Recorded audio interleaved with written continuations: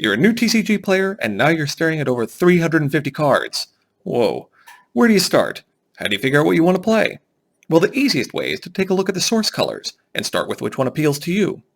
I'm MSB, and I'm here to give you a little insight into Hex, and to help you on your way. In Hex, sources represent the different types of magic you can use to play cards. There are 5 sources: Blood, Ruby, Wild, Diamond, and Sapphire. Each source represents a certain ideal, and has some core mechanics which I'll touch on. Once you know a bit more, choosing where to begin to make your first deck of cards will be easy. The Blood source represents ambition. Power may come at a price, but with Blood cards, luckily it isn't always you that has to pay. Blood is home to cards that can murder troops in the face, like Extinction, which wipes the battlefield clean, or feeds off the fallen like the Shinhair Eulogist, which grows stronger when any of its brethren perish. Blood is right at home amidst death and destruction. If you're willing to put your own health on the line, you could try for a quick win with cards like Fang of the Mountain God, which has excellent power, but also hurts you every turn. Or you can conserve your strength and wait for the resources to summon deadly abominations like Uranaz, who can raise an army of the dead out of your opponent's graveyard. The Diamond source represents protection. Rally to me, troops! Diamond cards are the epitome of enlightenment and the paragons of perseverance. Home to inspire effects like the Kraken Guard Mariner, which increases the defense of your other soldiers, as well as healing effects like Soothing Breeze, which bolsters your health. But Diamond isn't all passive. No sir! Control the field of battle with blinding light, preventing all damage done to your troops, but not their enemies. Or have His Majesty Gabriel, the King of the Humans, and his wolf companion Boldheart lead an indestructible charge against your opponent's front line.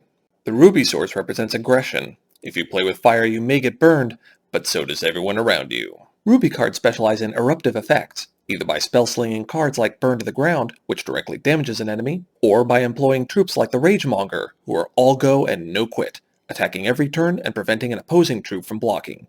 Ruby hits hard and hits fast, and makes your opponent pay for slow starts. Challenge an opposing troop to a duel to the death with Teltaka, and then ascend to a new level of damage dealing when she transforms after her kill. Or set the world on fire with Inferno. Sure, the damage may singe a little of your hair off, but with the burn you have at your fingertips, your opponent is sure to be consumed first. The Sapphire source represents manipulation, always staying 2 steps ahead of your enemy. Sapphire cards control your opponent and their options, as well as altering cards to your advantage. Have a great set of cards to play but are just a bit shy of the required resources? Use Dream Dance, which reduces their cost, as well as drawing a new card to possibly enhance your combo. Did something played by your opponent just steal victory away from your grasp? The Void Leech Phantasm's ability throws it back in their face while soaring over the battlefield to give them a slimy tentacled hug. Sapphire dictates the pace of a match, either slowing it to a crawl or setting it to a frantic pace as you unravel all of your opponent's best-laid plans. If you want subtle, sabotage your opponent's deck to stick in time bombs that explode when drawn. Or, if you don't want subtle, release the Kraken, whose suction cup grasp rips your opponent's troops away and delivers them to you to do with as you see fit. The Wild source represents expansion. Bigger is better. That's Wild's motto. Wild cards are about increasing the quantity and quality of your army, as well as providing an increased resource base to support them.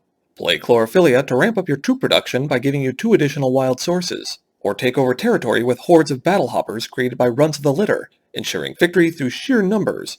Wild goes big to make your opponent go home.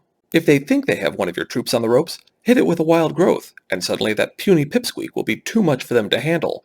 Then take to the skies with Jadem, who continually increases in size as you play other cards, until your opponent really learns the meaning of death from above.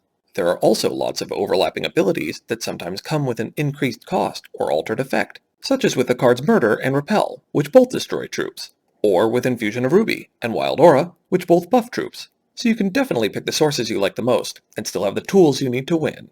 And speaking of picking, while you might think you only want to play cards from 1 or 2 sources, be sure to experiment with different options. Part of the fun is coming up with brand new deck designs,